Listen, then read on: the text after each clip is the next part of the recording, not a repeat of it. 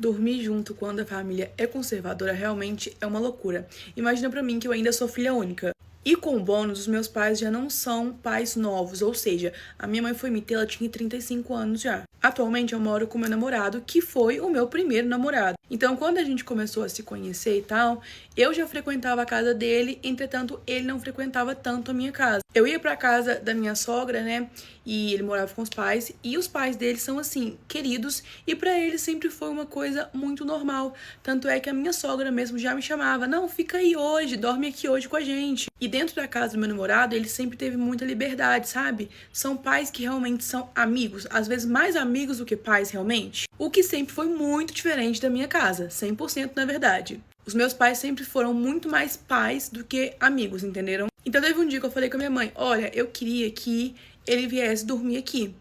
E ela não deixou. Não deixou mesmo. E assim, não foi uma coisa que a gente conseguiu discutir, sabe? Foi só não.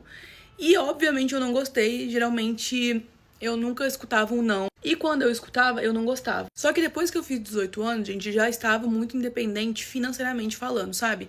E quando uma pessoa é independente financeiramente, não existe nada que segure essa pessoa. E os meus pais já começaram a reparar nisso, sabe? E aí quando ela falou que não, eu falei, pois bem, já que ele não pode vir pra cá, eu vou estar indo pra lá. Porque aí, né, são decisões e cada um decide a sua parte. E, gente, ela ficou muito brava, ficou sem conversar comigo uns 5 dias assim. Mas, sinceramente, passou. O primeiro balde de água fria sempre é o pior. Aquele que eu cheguei falando com ela, se você não deixar ele vir pra cá, eu vou pra lá. Isso foi um balde de água fria. Ficou chateada, ficou brava, só que começou a se tornar uma coisa normal. Então, dava na sexta, eu já... tchau, tchau, estou indo, e voltava pra casa só no domingo. Até que com o tempo a gente decidiu que ia morar junto, então a gente não teve mais esse problema, sabe? Eu acho que, gente, ter pais conservadores, ter família conservadora é muito da gente. Os meus pais sempre foram conservadores, sempre. Principalmente antes de eu fazer 18 anos, era como eles queriam. A ponto que, por exemplo, os dois são muito católicos, eles me obrigavam a ir na missa todo santo domingo, e se eu não fosse...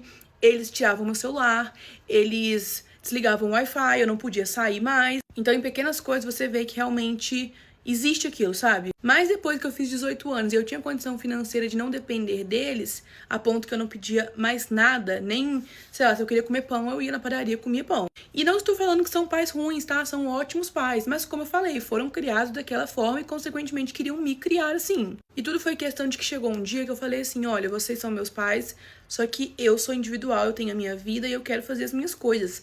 Consequentemente, ficam chateados, ficam bravos, mas as escolhas, gente, funcionam assim, sabe? Pessoalmente, não me arrependo, porque isso é uma coisa que você constrói, sabe? A liberdade, você constrói ela, simplesmente assim. Então, por exemplo, agora eu tenho 20 anos, a gente tem 1 ano e... abril, maio, junho e 2 meses de relacionamento e 6 meses que a gente já mora junto e, gente, tudo perfeito, tudo certo, sabe? E digo, hoje em dia eu me dou muito melhor com meus pais morando na minha casa do que quando eu morava com eles lá. É estranho pensar assim, né?